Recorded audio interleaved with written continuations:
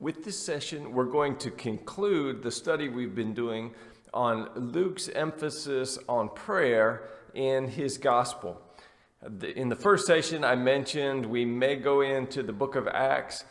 What I've decided at this time is to not start into Acts, but we'll finish up and just focus in these last 5 weeks, including this one, on the Gospel of Luke itself. And so the final passage that we want to look at in this series is Luke chapter 22. Luke chapter 22, and we'll begin with verse 39. We see this. And he, speaking of Jesus, and he came out and went, as was his custom, to the Mount of Olives, and the disciples followed him.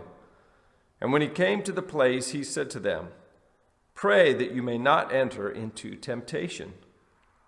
And he withdrew from them about a stone's throw, and knelt down and prayed, saying, "Father, if you are willing, remove this cup from me. Nevertheless, not my will, but yours be done." And there appeared to him an angel from heaven, strengthening him. And being in agony, he prayed more earnestly, and his sweat became like great drops of blood falling down to the ground. And when he rose from prayer, he came to the disciples and found them sleeping for sorrow. And he said to them, "Why are you sleeping? Rise and pray that you may not enter into temptation." We see in this passage, Jesus has concluded the time with his disciples at the Last Supper, and they've gone to the Mount of Olives, and he's preparing for his crucifixion. And so in the midst of this, the first thing that we see is he instructs the disciples, "Pray that you may not enter into temptation." And it's the same thing that he closes with or mentions to them in the last verse we read.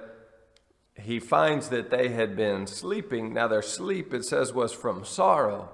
So sometimes the heaviness and the weight of a situation can get us depressed or sad, and it can become something physical as well, and we drift off into sleep. And that seems to be what happened to the disciples here. But he says to them, "Why are you sleeping? Rise and pray that you may not enter into temptation."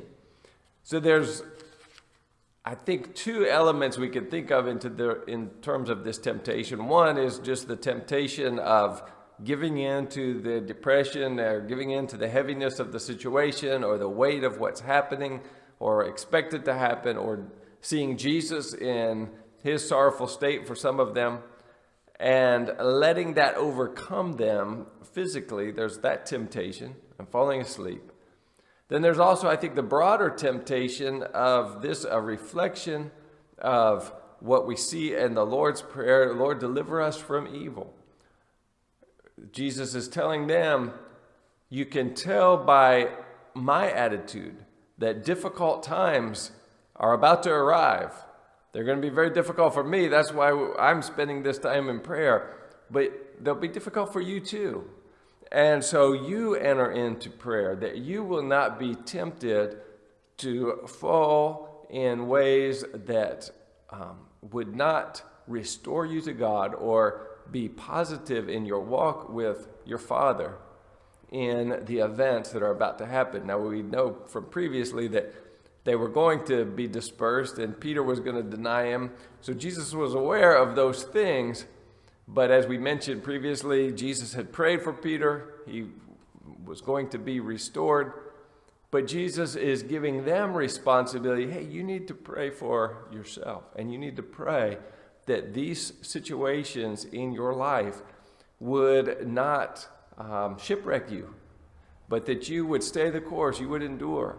And so he's encouraging them and, in essence, modeling them for them when you are about to embark on difficult times, tense times, when even the weight of a situation is such that you're feeling depressed. That's the time to go to the Lord in prayer.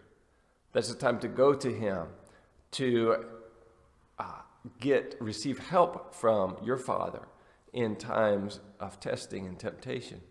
And so Jesus is encouraging his disciples to do that. Pray that you may not enter into temptation. So that's one lesson for us. In those difficult times, when we're depressed, when we're saddened, or when there's a weight of circumstances on us, it's time to go to the Lord in prayer and look to him for strength during those testing times.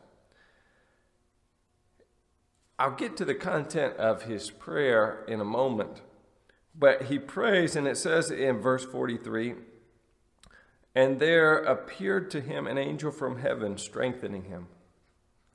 Interesting phrase here in Luke. An angel comes to him and strengthens him. You know, we don't necessarily see the angelic world. The Bible is full of accounts of angels. We don't perceive that, but that doesn't mean their reality is that they don't exist, that they aren't a reality. And we never know the type of help that God sends to us in response to our prayers. Oh, yes, Jesus was God's Son, but angels are servants of all those who belong to God, in terms of God sends them for support and blessing on those who follow him. And so we may not perceive it, we may not recognize it, but we can be encouraged that behind the scenes, when we're in the midst of a spiritual battle, behind the scenes, unknown to us, in that invisible realm of spirit beings, God can be sending angels to minister to us, to fight for us, to defend us, to protect us, to strengthen us.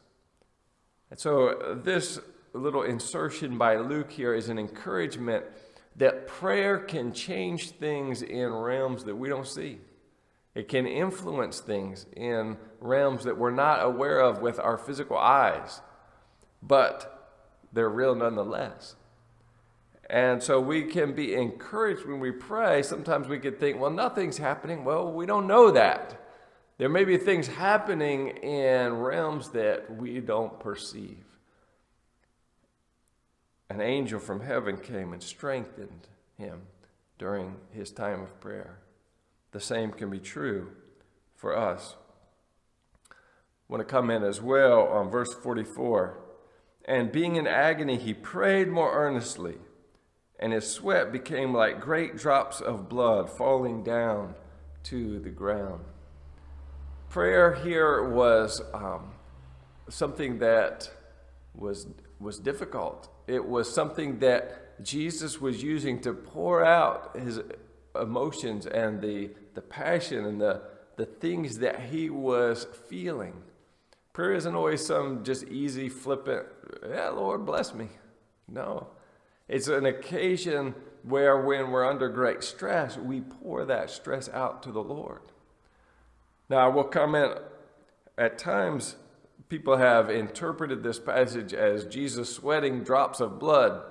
And I've read things of medically how that can happen. I don't think that's what happened, quite frankly, and I don't think Luke says that's what happened. He says his sweat became like great drops of blood. Not that his sweat was great drops of blood. He's foreshadowing what's going to happen.